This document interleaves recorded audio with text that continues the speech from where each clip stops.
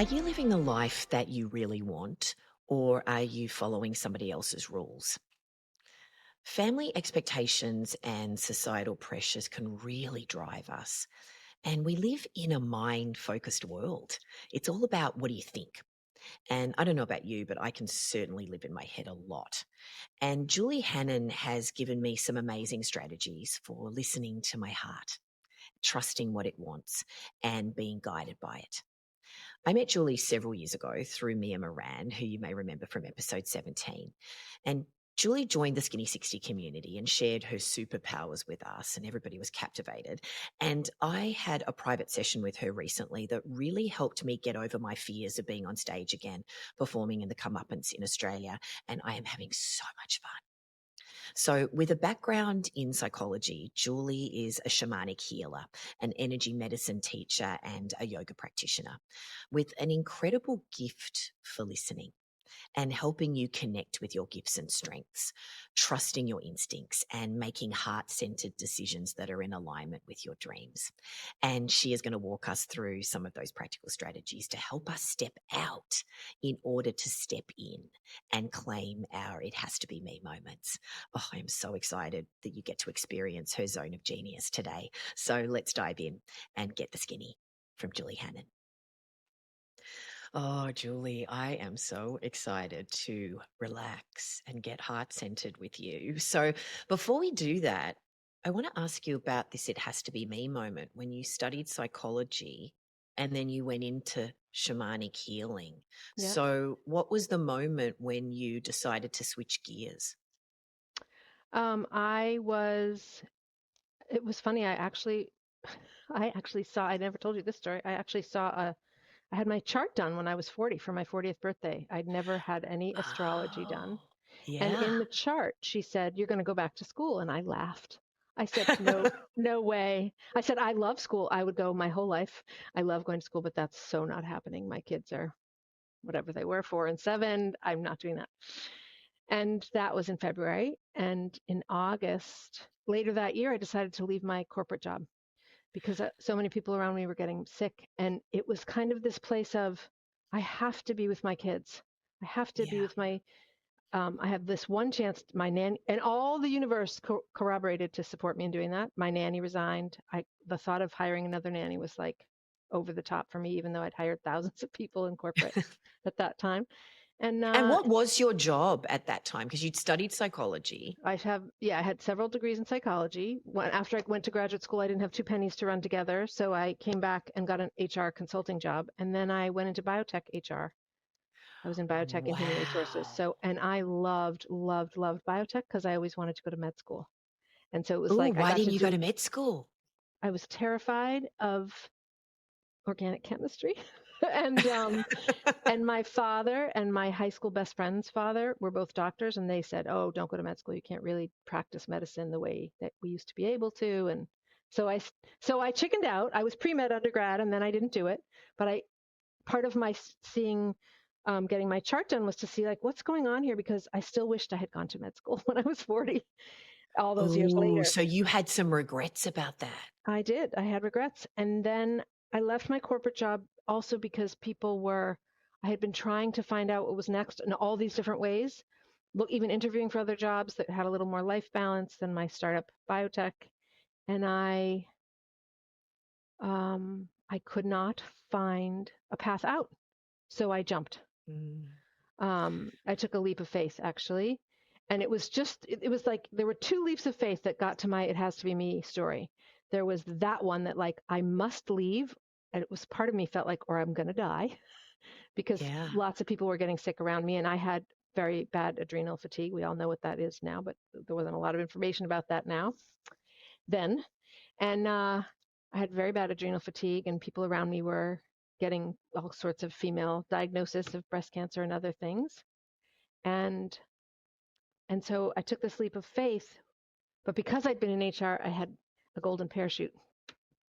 So I had a little bit of a respite to recover from this like corporate burnout. And into that space, someone handed me a book about shamanism.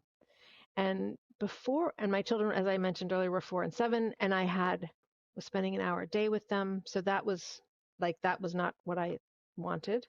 and I went to the place of being curious about what was next without knowing what was next. So I had no job. I had this financial parachute. I had no nanny. I knew I had to support my family because I was doing that. And about 3 months after I left my job, somebody gave me the book about shamanism. And then about 3 months after that, I was going stir crazy being an at-home full-time mom. And I went to a workshop with the guy who wrote that book. And then What was the book? You have to tell us the book the now. book was called Shaman, Healer, Sage. Oh. Yeah.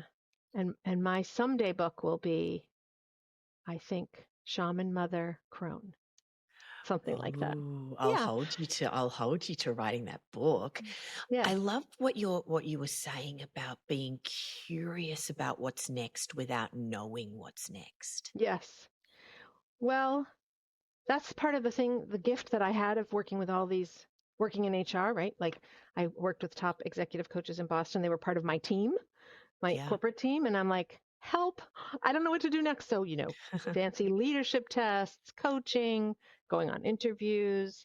There was actually a job at Harvard University that I interviewed for that I was kind of excited about, but didn't get, which ended up being great.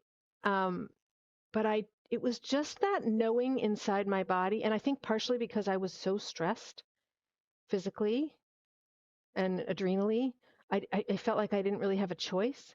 And actually, the last week I was employed there, so I resigned in March. They kept asking me to stay. My last day was May 31st, because then my nanny resigned later.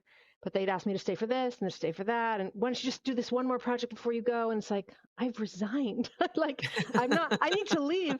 And the last week I was there, they called me into the VP's office and said, somebody I had hired actually had just resigned also to get a different job. And she had my dream job at the company. And she said, so it's yours. You can have it.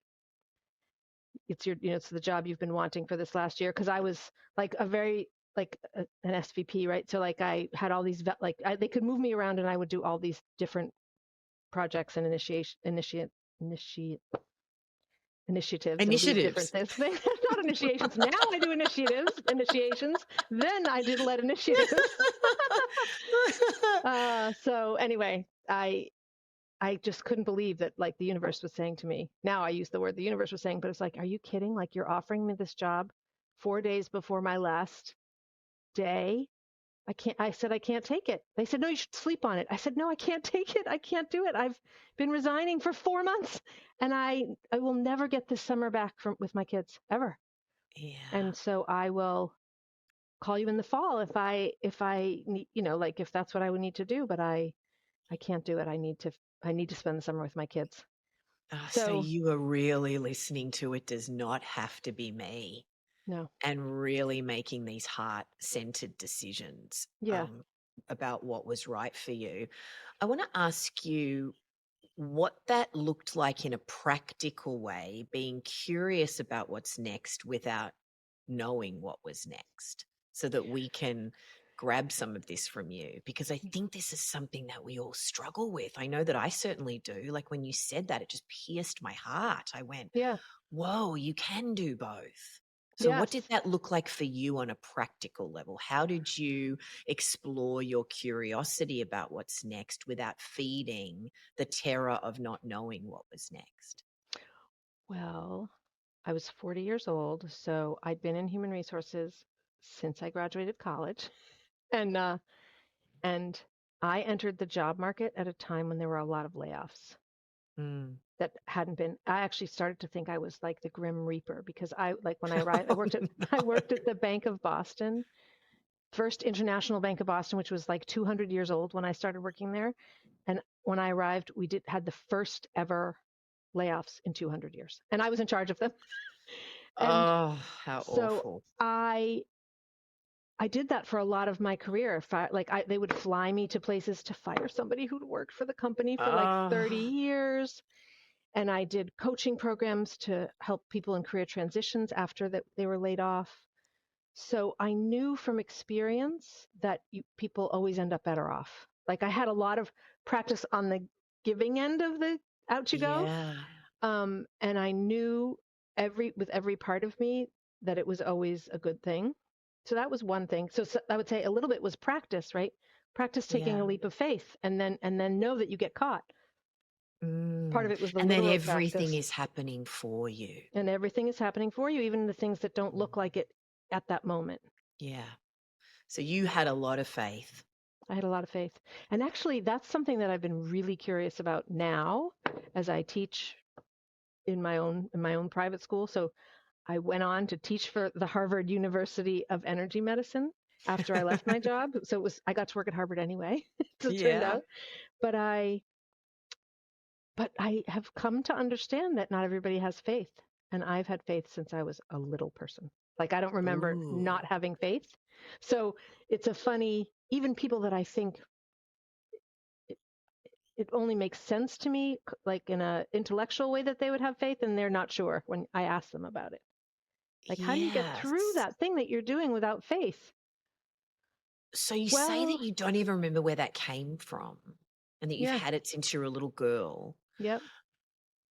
What does that faith look like for you? Is it that you're very clear about what's yours to hold and what somebody else's to hold? Is it that you're very clear about what you're capable of doing and what you want? What does that feel like for you? Like as a I little girl as opposed to now? I think as a little girl, it felt like nature was my friend, Ah. and I could ask for things from nature and have them.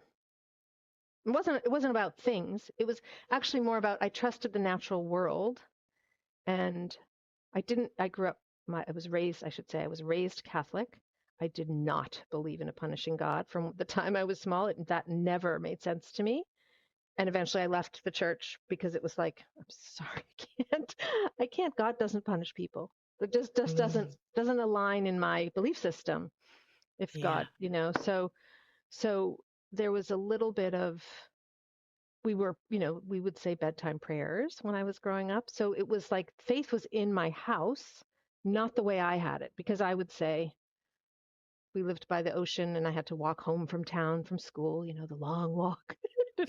and And as you get closer to the ocean, it gets windier, because you live in Melbourne. So it was always cooler. I would be walking home from school thinking I'm going to swim when I get home, and then it would be cold.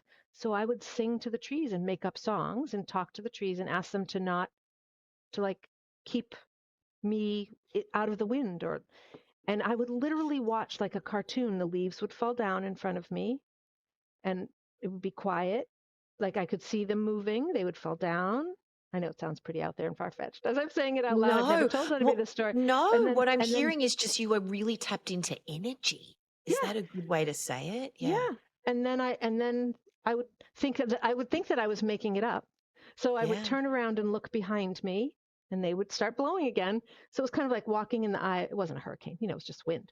But Yeah. it was like walking in the middle of this, like the island of the trees talking to me. And I would say, I love you, like in the songs, I love you, thank you, I'm so grateful, could you please do this? And then I would tell my parents, and they'd say, no, that's so cute, that's not real. So when you got this book about shamanism Yeah. and there was something in you that went, yeah, it it was did it feel almost like you were returning to this Yes. thing that you always knew inside of you Yeah. was Yeah. you? Yeah. And I had done a little bit before I had children, Mm. and like 10 or so years before this moment, I had studied with some Native American shaman. I'd done some sweat lodges, did a vision quest, like so I I had dabbled a little bit, but then I got married and I had this very big job. I was the employee number 140 at a company that we grew to 2,500 in less than 8 years. And I Wow. was the first HR person hired there. And the last 2 years of my job, that one that I just mentioned that I left, I was in charge of layoffs, sort of seasonally. So they brought me back from my maternity leave with my second kid early to help people leave the company, restructure, reshape, etc. So I'm an expert in that. And when I got that book, it felt like the book is like a combination sort of uh, applied practices and journal entries and personal story. And I think the first page of it, I bet I have it right there. I do.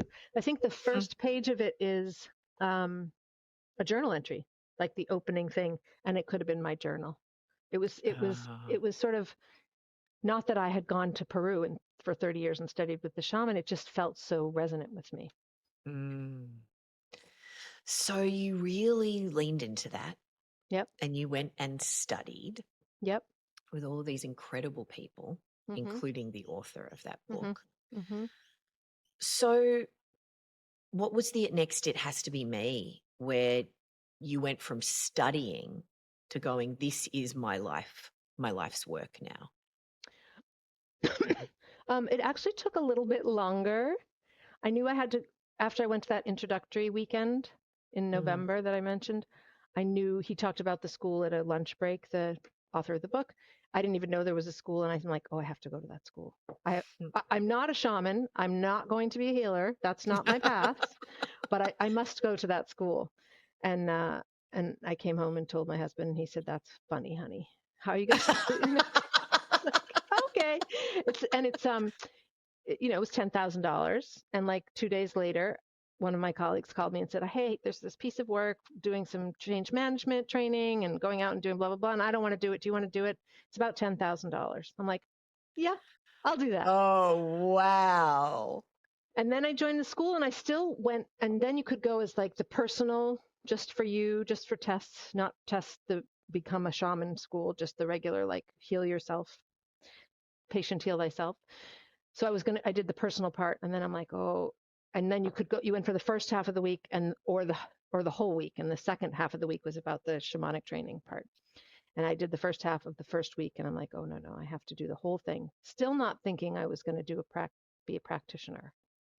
And Um, what was it in you that was going, no, no, no, no, no, that's not the path. I'm not going to be a healer. I'm not going to be a practitioner.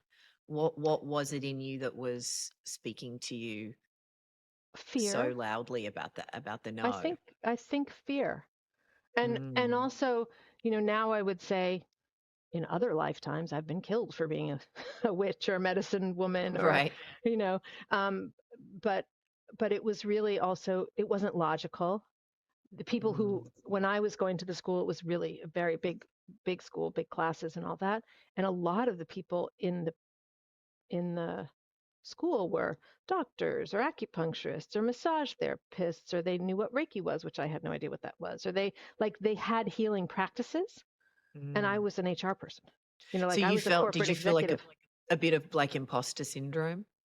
Not an imposter, but just like that's not my path. I like work with executives and leaders, and I train leaders, and and even when I left my job, a friend of mine and I both left at the same time, and we had a little meeting. Said, "Are we sure that we're not losing our minds because we're leaving at the peak of our earning potential? Are we sure that we're not going crazy?"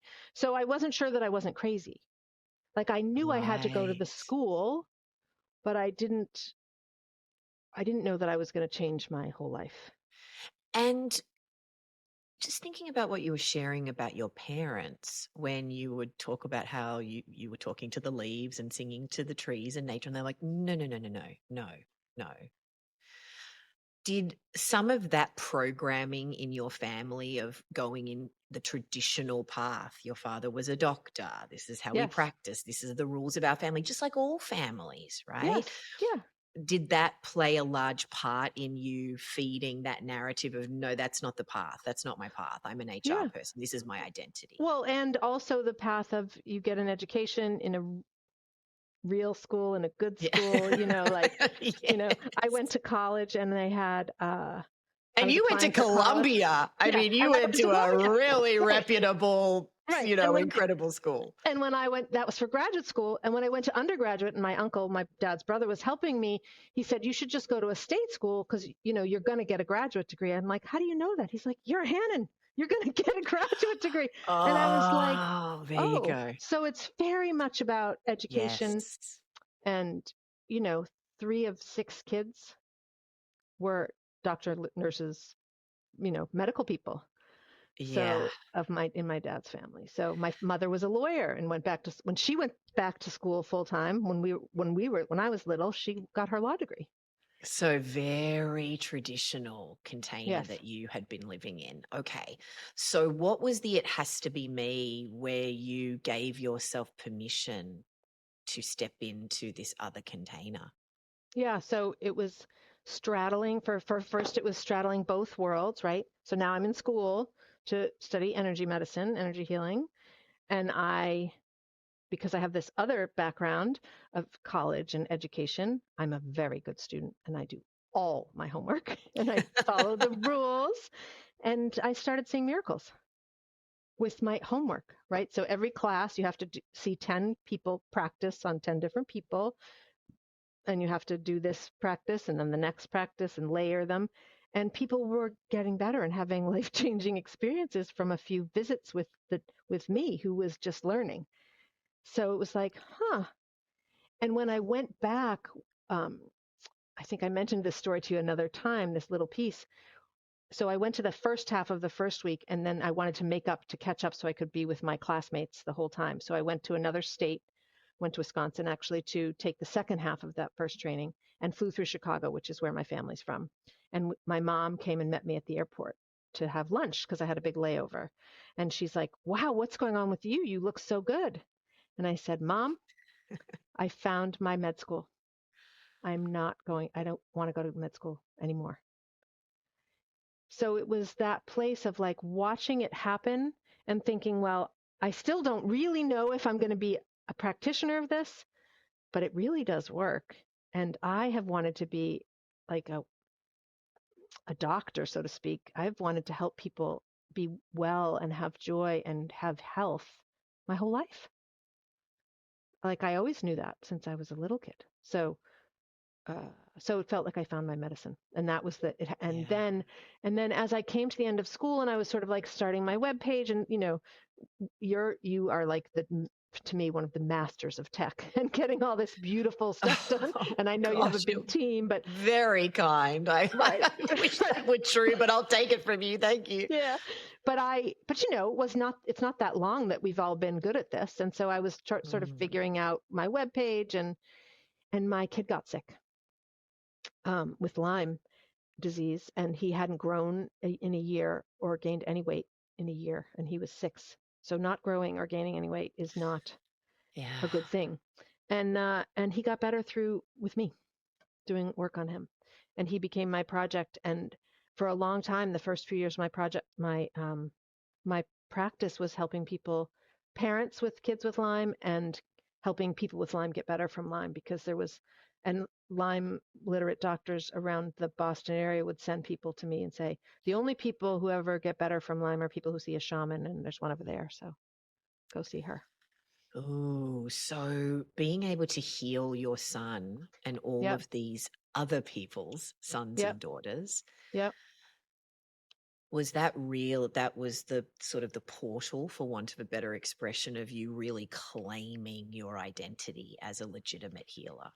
Yeah, and the other thing, I'm so glad you asked that question, Tess, because the other part of it was when you step onto the shamanic path, you make one agreement, and it's a reciprocal agreement. And the agreement is that you make um, in this realm of working with energy and matter, is that when you call spirit, spirit answers 100% of the time. So that's the one part. And the reciprocal part is when spirit calls you, you answer 100% of the time. And as a human, you can negotiate and say, okay, I know that I have to be on Tessa's podcast, but could we wait for a month? Or, could we do it? This is like the opportunity of a lifetime, but I just need a few more weeks or another minute to get myself together. So you can negotiate with spirit. I'm making you goddess at this moment. And, but you, but you have to answer 100% of the time. So the other thing that was happening was that before I graduated from the school, they asked me to start teaching as faculty. So, and had made this agreement with Spirit, and for me, that was like Spirit's calling me to do this thing that I don't know, that I don't even know, like I don't really know if I want to do it, but I have to say yes. So it was like also that was happening at the same time of like, this is something that you know inside you. And around me, my classmates were like, how did you get that? Like, we want that. You don't even want it. Why are you getting it? So it was a little bit of like, I'd, it was like, I knew I had to step out in order to get the next thing. I stepped out of my job. Like I had tried for 2 years to get the next thing in my job as an HR person and I couldn't find it. And then I stepped out and got that book. And then I actually did consult in HR for 6 years after I left my full-time gig. So I could, grow a practice and figure out what I was Yeah. really doing and support my family. And Yeah. then You're in transition. yeah, yeah. Yeah.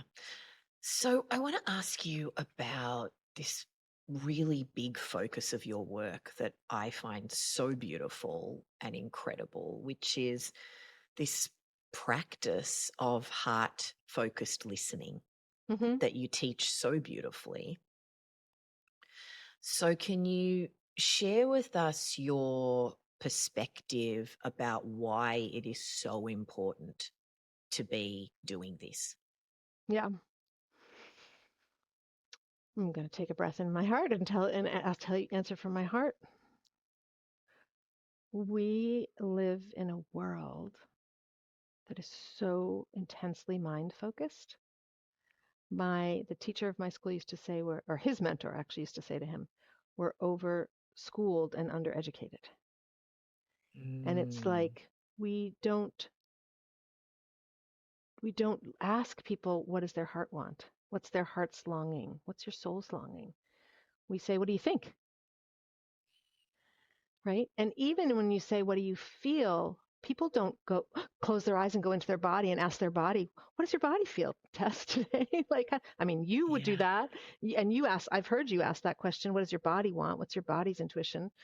But there's not a connection to this place that is our curriculum, our guide, our North Star, our soul. And, I think Gary Zukav was the first person who said, seat of the soul is in your heart. But in the shamanic world, actually that's where the seed of who you are is. The seed, like you plant in a garden, is right behind your heart center. And you have to be there to be here. And until you can clear your mind in this lineage that I studied, you clear your mind so that you can access the wisdom of nature. You take a seed in your heart, and then when those two things have happened, then you act.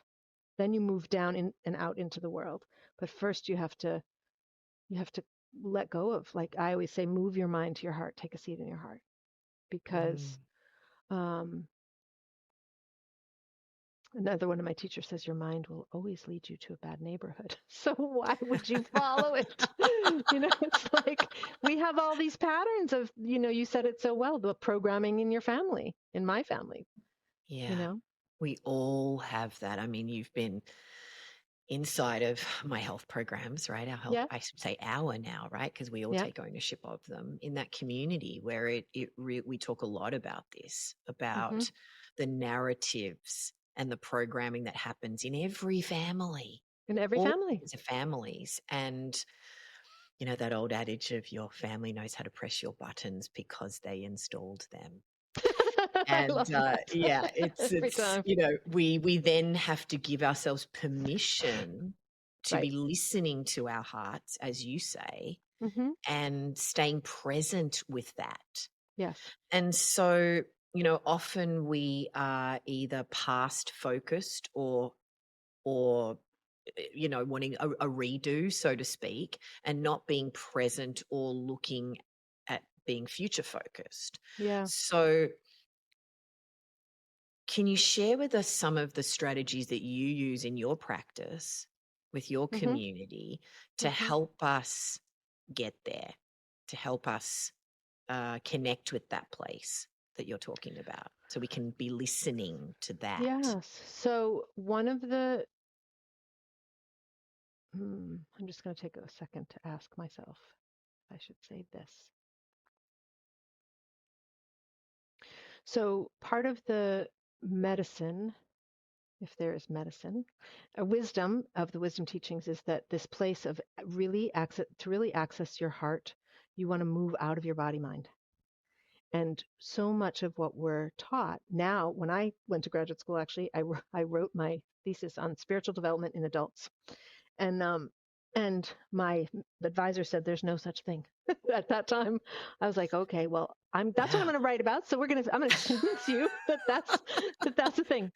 Um, so, but now we know there's a mind-body connection. You talk about it, we all talk about it. There's no like Yeah. doubting about that.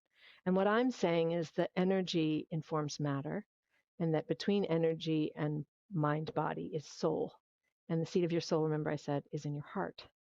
So the way we can quiet our mind and access our heart is twofold. There's the tool that I've shared with you inside your community about heart focused breathing that you mentioned, and bringing your attention to your heart and bringing gratitude there. And the other is through ceremony.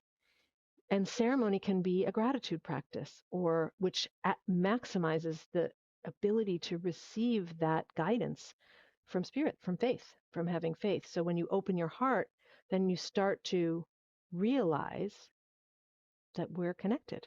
So I'm sitting here on the East Coast near Boston. You're sitting in Australia. We might as well be sitting in the same room. We know Yeah. our connection so deeply, and it transcends the technology that brings us together. Yes. So, and as I say it, I'm getting goosebumps all over my whole self, and that place of knowing that that comes from our heart connection and the heart's clarity of, it's almost the same kinds of sensations of people, even in the programming of whatever experience you've had in your life up until this moment. You know when to cross the street if you see somebody coming. Some part of you is like, oh no, I need to cross the street now. Even if you never saw that person, some part of the animal of you says, out, please. Oh, just don't make eye contact, look down, turn right, drop your phone and be busy, whatever. Um, and those intuitions are the knowingness in our heart that we have been trained to override by school. And the program that is fit in, do it like everybody else, conform, don't stand out too much. Yeah, Mm. I don't. And Yeah. what's coming up for me as I'm listening to you is what you're describing to me sounds like intuition. And hmm so, how would you differentiate those two terms between intuition and heart focused listening? In my world, in one of the access places to your intuition is your heart. Okay. So if you get my, what they call them, opt-ins, if you get my opt-in, it's setting a heart-focused intention. My current opt-in on my website, if you want to sign Okay. up for the Yeah. website, We'll put a link it's to that. I it's would love to look it's at that. um it's it's a guided heart practice to let your heart speak to you about what's the intention you want. So we're Mm. recording this on a couple within 24 or 36 hours of the new moon, which is a time when I host ceremonies for people to set their intentions, because historically, that's not the right word. The moon energy supports you in setting an intention energetically at the new moon time when it's dark. Think of like, you plant seeds in the dark. You go into the womb. You like go in, and that's when you plant, like in that dark is where the magic comes. So you listen to your heart to set a heart-focused intention, and your heart is the doorway to your intuition. One of the doorways. Okay, so it's one of the doorways. Okay, I love that I've got that clear in my mind and my heart now. So, how do you lead people through setting a heart-focused intention? Can you lead us through that? Sure. Like the 3-minute version. We should do the 3-minute Yeah, version. Yeah. let's do it. So we're sitting together, Tess and I, on video when we record this. So I know she's wearing glasses, so I'm gonna ask her to take her glasses off. And I'm gonna Okay, ask I'm all the taking listeners who are wearing glasses, glasses. because I want you to close your eyes, and don't do it if you're driving, you remember. And the reason I ask you to take your glasses off is because it already changes your perspective of not looking. So even if you don't need glasses to see, like I wear glasses sometimes for the blue light, if I take them off, I already have sent a signal that I'm not using my eyes. I'm looking differently. So, and then I invite people to close their eyes if that's available to them and move their attention inward and their vision down. And some people, like with their eyes closed, can sort of cast their glance down the end of their nose. If it's not available to you to close your eyes, and I don't want you to do this if you're driving either, then soften your gaze and blur your vision a little bit, looking down. Sort of open your eyes a little bit if it feels like I can't close my eyes, that's not safe. So then as you're looking down and in and starting to notice your heart, first I want you to notice your breath. Just notice it. It's almost impossible to not change it as soon as I say put your attention on it, but do your best. And then imagine on your next comfortable inhale, whenever that is, that you could breathe in through the crown of your head. So you inhale through the top of your head and you inhale, inhale, inhale, draw the energy down and exhale through your heart. And then do it again. And if it's easy for you to breathe in through the crown of your head and exhale through your mouth this time, do that. Inhale through your nose, but your attention's on the top of your head and you're moving your mind to your heart. And then imagine that you're exhaling through your heart and do that one more time on your own rhythm. Inhale, mind, exhale, heart, mind to heart. And then if you're having any trouble keeping your attention on your heart, or even if you're not, maybe lay your hands on your heart. And this is your heart center. So I say your heart, and sometimes people put their hand over on their left side, like they're saying the Pledge of Allegiance in America, but there's no heart over there. Your heart is just behind the bottom of your sternum, sits right on top of your diaphragm. It's a smidge to the left for most people of center, but lay your hands there right on the center. And now all your attention is there and you breathe in and out of your heart. Imagine with your attention on your heart that you can feel the connection to your heart and that this is the center of you.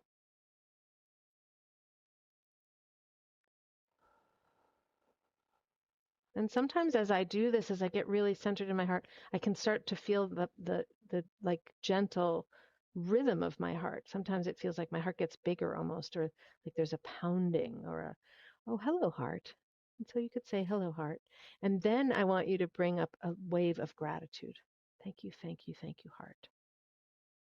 And fill that space that's in your heart center, maybe under your hands if they're piled up there on your heart. Fill that space with gratitude. I'm grateful for this moment. I'm grateful for this connection. I'm grateful for this moment to breathe and remember my heart, to feel this connection to my heart. Maybe you're grateful for the dog that wags their tail when you come in, or a loved one, or flowers, or warm air on your face.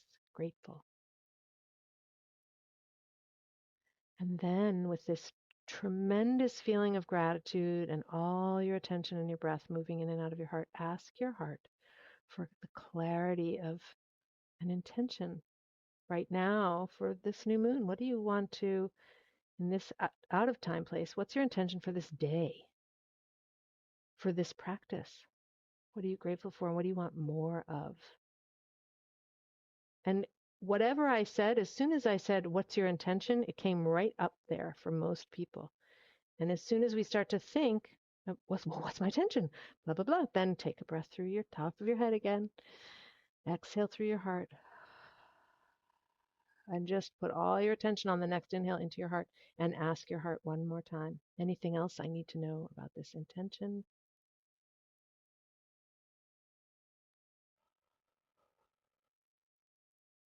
And then because we're with Tess, you can keep that heart center, keep one hand there and move the other hand just beneath your rib cage, sort of just beneath your diaphragm on your tummy, your stomach, literally your gut. Ask your gut. What's the gut feeling about this message from your heart? If you were to expand it and get a little more clarity from your gut about how this will nourish you, this intention, this intuition, how will it nourish you right now? And then we trust our gut too, and it comes so quick.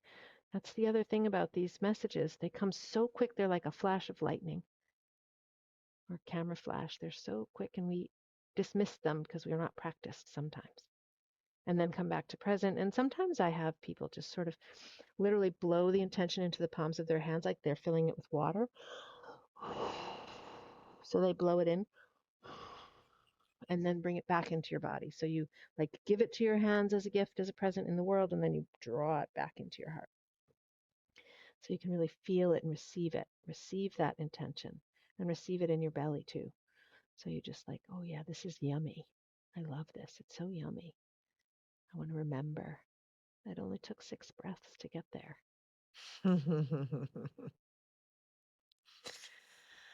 Oh, thank you. I love that. It only took 6 breaths to get here. And how does what does your gut say about what your heart is sending Knows. it? Yeah. They just became so connected. Yeah. Well, and they are Yeah. because that Yeah. was your. What else would you say about it? I don't want to cut you off there. No, not at all. Just well, when you just allow your heart to speak to you and then your gut to speak to you, it's just interesting how quickly the mind wants to intervene and tell Yeah. you that it's wrong, Yeah. or tell you that you're not allowed to be feeling that, or or something. Like my mind wanted to interject, but Yes. because the heart and the gut were aligned, were bedfellows, or were allies, or Mhm. whatever Mhm. words we want to use, my mind wasn't as powerful in that moment. So I Mhm. was able to just go, no, no, this is right. Mhm. This is absolutely what's right. Yes. So, listener, I would love to hear what that experience was like for you, because it was it was really strong for me. So thank you for that. Mhm. So another thing that I love about your teaching is that not only do you teach people to be connected within themselves, but also to be constantly connecting with the world, with nature, with community, with others. You were speaking about this earlier, about how Yeah. you knew that inherently as a child. And then Mhm. you returned to really Mhm. putting that into your moment to moment practice.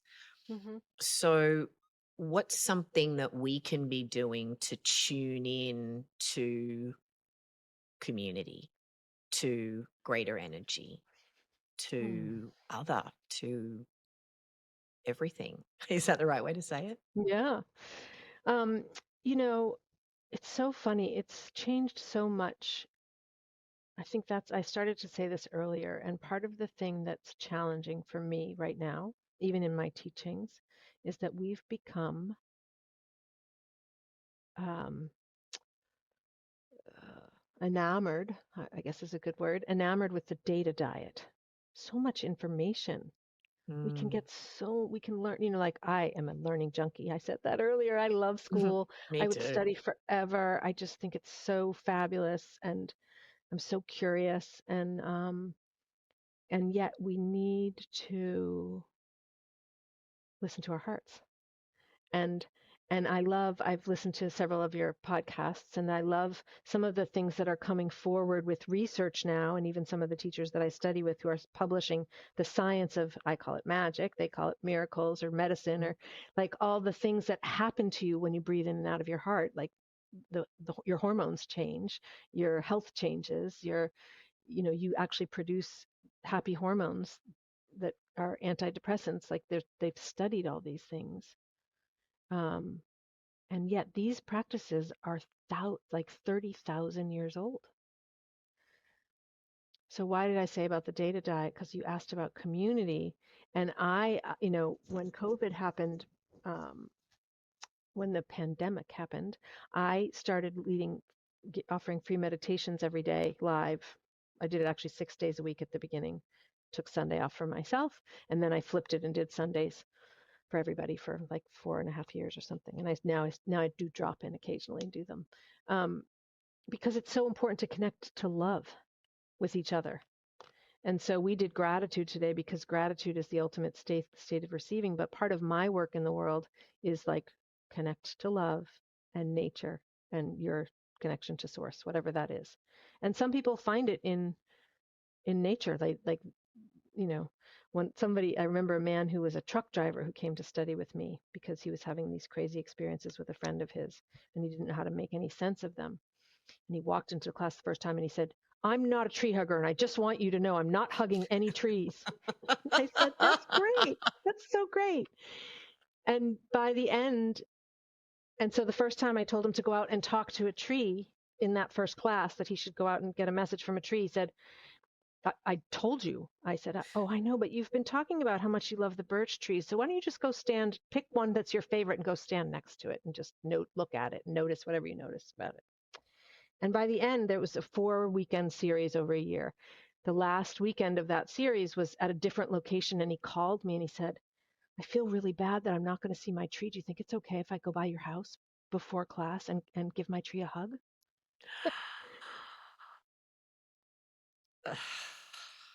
So we all live on Earth. I'm at least for now.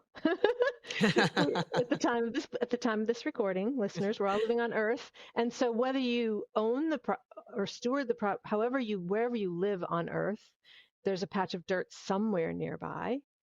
Go stand on it. That's one way of connecting, and then invite a connection through your feet, which root into this Earth, to a friend of yours or a non-friend of yours, to ask for a message of what you're grateful for, or to send them a wave of love because you're thinking of them through the earth. So so we're all connected, in the yeah. Yeah, and we get evidence of this all the time. Yeah.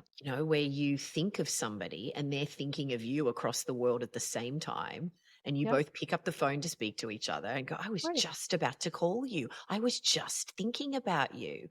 And we often dismiss it as tree hugging, fruit loop, crystal frou frou, whatever. I don't know, whatever terms Right. people use, right? Right. But but the reality of what you're talking about is alive every day. I mean, I certainly experience that on a daily basis. Right. And the So, more you practice or say yes to it, the more you'll experience it. So yes. that's what we want to say to the listeners is like, um, there's a great prayer. I think it's Annie Lamott. She wrote a book called Help, Thanks, Wow. Best prayer you'll ever have. I don't know if that's the subtitle, but the title is Help, Thanks, Wow. So you say to spirit or nature or the universe, help. And for whatever you need or want, you just say like a sincere prayer, help, which could be as much as just saying help, or it could be like more literal, help me with this, blah, blah, blah. And then you say thank you as if you've already received it. And then when you receive whatever guidance comes, you say, wow, wow. And so Love it. that's kind of it has to be me moment. Like I knew I had to leave that job and I asked Mm. for help and I said, thank you, thank you, thank you. And even the day that they offered me the job, I'm like, okay, thank you, thank you, thank you. I must be doing something right, but I got to get out of here. And then I spent most of the next 10 years going, wow, I can't believe this is my life. Wow. How did this happen? Wow, I travel the world to teach shaman school? Really? Like, I lead trips in Peru for hundreds of people? Really? Hello? Oh, I love it. Wow. I love it. So, one of the things that you and I have spoken about before is clearing the pathway so we can be future informed rather Yes. than past driven. Yeah. So how do we what are some ways that we can clear the pathway? Well, this is something that I still, so you mentioned that I have a lot of degrees in psychology. Before, when I was sort of thinking I was going to med school, I was going to be a psychiatrist because I wanted to help all the teens because I got dumped by the roadside by my parents, practically speaking. Um, I loved my parents; they did a really great job. So I don't want to diss them from their grave. But what I was going to say, In psychology model, our past leads to an inevitable future, or our past, even some of the conversations we've had here, like the programming of our parents is what makes us who we are. And in a Mm, way it does. And we are in the program of our life until we say no more programming. No, no, that's a program and it's a familiar program, but it doesn't get me I'm done creating that life. I want to create a new life. So clearing the pathway, um, I have this great Rumi quote on my website. It says, your job, my job is not to seek for love. My job is to seek for all the obstacles you have built against it. So it's like how you discover those places where you've put walls or barriers or built a moat around your castle. And you say, okay, well, you can be in the castle with that great big moat and it's very safe in there. Or we can start by putting the bridge down over the moat and like try coming out and seeing what's outside the castle. And then eventually you don't even need to live in the castle. Or the castle becomes this magical place that's connected to everything. And you can open up all the doors and windows and let everything come in to meet you there. So, in that practical how we clear it through ceremony, we clear it through guided practice. If you're working with me privately, I work in the energy body to clear. I don't have my phone. I turned it off and put it away, but I would wave my phone on the video to you and say, when was the last time your operating system updated on your phone? And people have various answers. Oh, it does that every day, or at least every once a week. And then I say, well, when was the last time you updated your own personal operating system for your body? People are like, oh, I don't know. Gee whiz, I don't know. But we have this software that informs our hardware. And some of it, very well that good sleep is so important. That's because your energy body clears itself naturally if you have good sleep and update. And another way we update is by going out consciously and consciously connecting nature, not just shoveling and getting the dog out, like, oh my, gotta take the dog out in the winter, blah, blah, blah. It's like consciously going out and being with nature and allowing that to connect. In some practices, ancient practices, you get up at sunrise and look at the sun as it comes over the horizon. And that's the key to health and longevity, is getting the download from the sun every day at sunrise as it crests the horizon where you live. So there's practical applied energy healing, right? That's part of what I do and teach and mentor and shepherd and stand on mountaintops and chat about. And part of it is like these other things. As you said, let's go out in nature, put your feet on the ground. Now they sell things called earthing, but really all you need to earth is take your shoes off and stand on the dirt. And it doesn't have to be fancy dirt. It can just be dirt. Get off the asphalt, you yeah. know, And walk on the beach and and, walk on the just beach. connect with the actual earth. It's so, yeah, I always just feel so much better doing that. That's Yeah, absolutely a non-negotiable thing for me every day. But yeah. yeah, it's so powerful. And then of course, as you know, the food that we eat is so The food powerful that we eat. for clearing out the veils that threaten to mute our Yes. ability to Yeah. feel and see and be, Yeah. right? Right. Another thing you and I were talking about recently was the difference between doing and being. Yes. And that's another thing that you're very, very good at shepherding in. Yes. Yeah. Yeah. Yeah. So our mutual friend Mia, I've taught in her program also, and she does planning, and she always says making notes to your future self. And I say doing this work with your heart, focused breathing, and doing your energetic work and clearing your energy body, and all these things are making notes to your future being. So, Mm. when um, when I don't know why the pandemic keeps coming up, but I guess maybe because I met you during that time, which was such a gift for me. It made me not go crazy. Um, uh, I I was prepared for that moment. Like I'd already been teaching on Zoom for that school for a few years with big groups. I had a long, long time. I'd started meditating when in my 20s. Like I went to a transformational workshop when I was a teenager. Like I had been preparing for that And even leading trips in Peru, there were things I had to do in my life that I absolutely hated. One of which was leading hikes. I would cry when it was my turn to take the hike when I worked for the mountain club. I would like literally sob while I was packing my backpack and like, I don't want to. And then I'd go and lead the hike and I'd come back and I'd be a better person, happy as a clam. And all those things contributed to this woman who was able to step into a role, even being an HR executive and a leadership trainer allowed me to be step into the role as teaching for the Harvard University of Energy Medicine. So, Yeah. so important that it's like, and that's, now I'm going to circle full round when I come back to curiosity, where we started a little bit, that place of like, when my world starts going, I think, oh, what's going to happen now? Because if it's not going effortlessly, so I'm getting prepared for something. I'm learning something. My curriculum is being upgraded. Like I'm getting, like there's a bug in my program. I need to work it out so that I'm prepared for something else that's coming next. That's way better than I can imagine. So our future self is calling us forward. What's happening now is preparing us for that. And our imagination is the only thing that limits us to what's possible. Oh gosh, what you're saying just resonates with me so deeply that every experience prepares us for the coming experiences, the next experiences. And when we look back, I mean, at that whole thing of hindsight is 2020, and you just see it Yes, all so right. clearly. You see it Yes. all so clearly when you're looking back. But when you're in the weeds of it, it's like, why is this happening? Oh my God, I can't believe this is so awful, or whatever it is. Yeah. And what I'm hearing from you throughout our entire conversation is trusting and being present and listening with your being Yeah.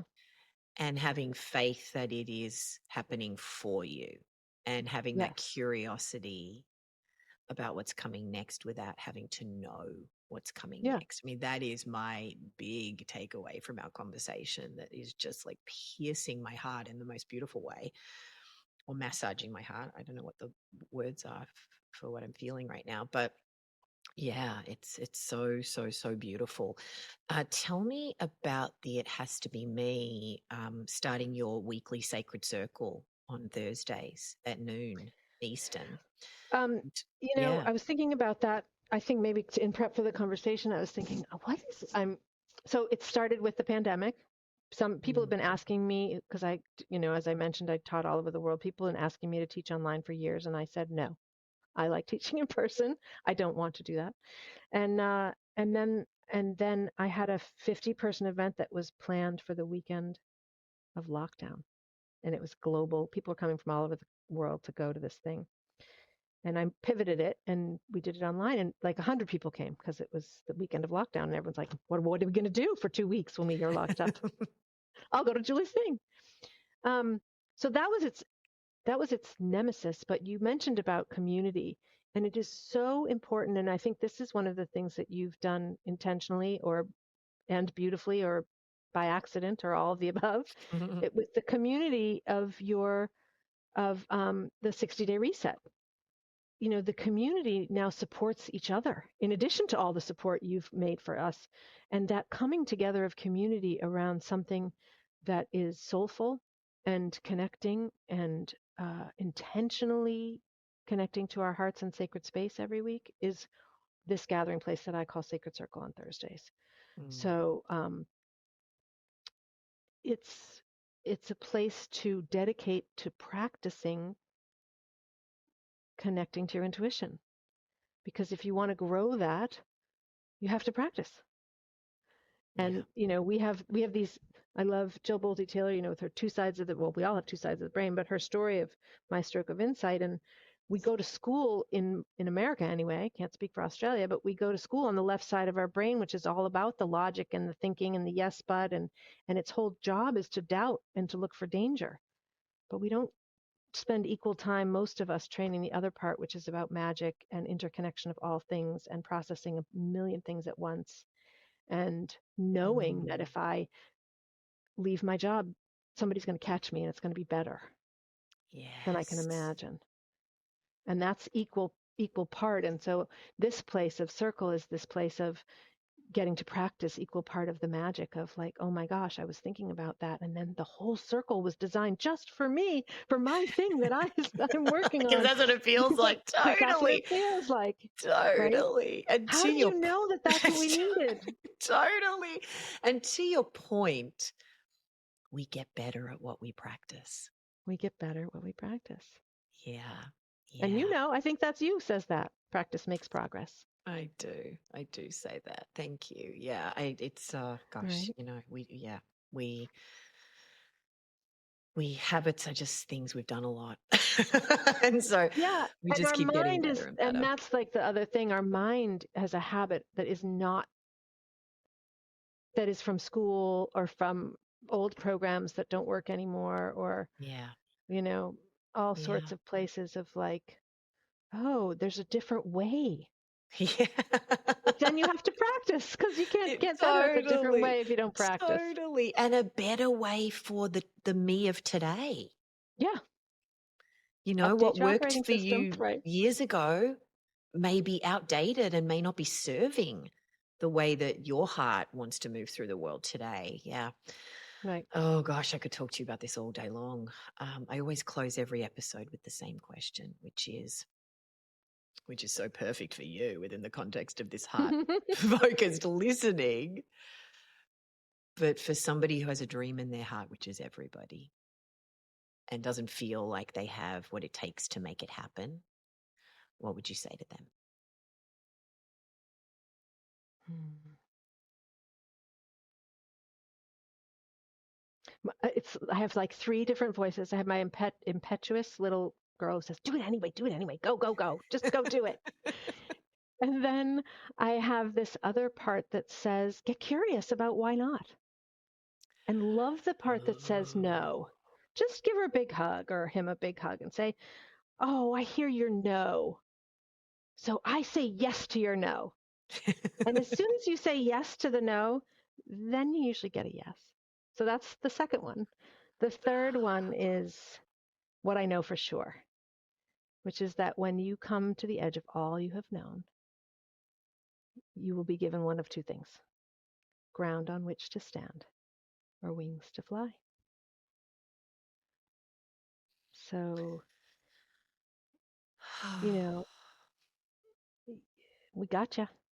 And Yeah. if your heart's telling you to go, the old story of Jonah and the whale, you're going to go and you can be swallowed by a whale and be still end up where you're going to go, or you could just fly.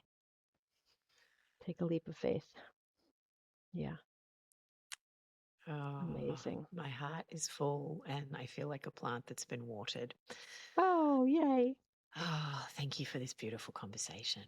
Oh, thank you for having with me, Tess. It's always such a pleasure. I just love, love, love the spaces that we go together. It's so fun. Oh, I love the way she moves through the world. I really appreciated her call to meet the no that comes out of fear with a yes. And that we can have curiosity about what's coming next without knowing what's coming next. That by being curious, we are actively preparing for that next step.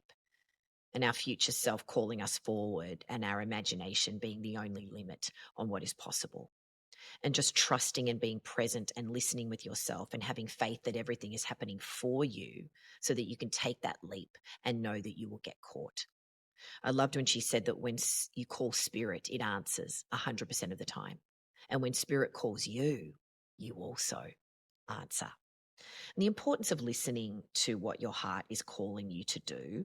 I really appreciated her transparency about her personal story, that she was always called to healing in some capacity. And that when she finally owned her innate gifts and started sharing them, shamanism was like returning to this thing that she always knew in her heart. That when you listen to your heart, things unfold and take on a life of their own. And that the seed of your soul is in your heart. And the importance of clearing your mind and moving the energy down into the heart, because your mind can lead you to some pretty bad neighborhoods. And that we don't have to be controlled by our programming from our family or society. We can upgrade our software anytime we want. And by doing that, our past and present does not lead to an inevitable future. that we're only in the program of our life until we say no more programming. I don't want this. I want something different. I love her practice of heart-focused breathing and listening to quieten our mind, and that we need to be actively doing this to balance the mind-obsessed world that we're in. So the importance of cultivating that practice, listening to your heart, asking yourself, what does my body want? What does my heart want? And her particular practice of moving out of the head into the heart, connecting the heart and the gut, and then the mind doesn't have as much power. And that by actively clearing those pathways, we can be future informed rather than past driven. I liked her perspective about the gratitude practice, maximizing our ability to receive guidance from spirit and faith.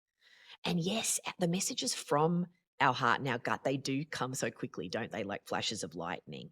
And we can often dismiss them if we're not practiced in listening and trusting them. I loved her sharing the Annie Lamott practice of help, thanks, wow. That's something I'm definitely going to be incorporating into my life. And like so many guests, talking about the importance of actively connecting with nature and the energy of the earth with grounding, putting our bare feet on the sand, on the dirt, on the grass. The part of connecting with love is connecting to source, and the importance of maintaining connection with the collective, with other people, that we heal through connection and community. And also her perspective just about how we are mindfully upgrading our software, clearing our pathways and our systems every day with self-care, with quality sleep, healthy eating, getting out in nature, and getting that daily download from the sun every morning. And how important it is to balance the left and right side of our brain so that we're constantly mindfully connecting with the magic of love, connection, and other people.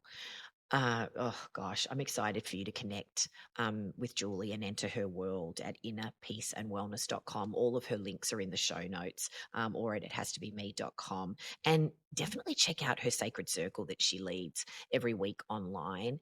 Oh gosh, the meditations that she leads, they are just incredible. And I'd love to hear, leave a review or a post in the Facebook group about how you hold the programming from your family and from society, and how you follow your heart and what you actually want, and some of the things that you're using. I'd be really interested to hear. I want to hear about your It Has to Be Me story. So head on over to ithastobeme.com/stories to share it in our free community. You can also join the conversations we're having about this episode and others. I'm Tess Masters. Join me next week and we'll dive inside another great story to help us go from dreaming to doing.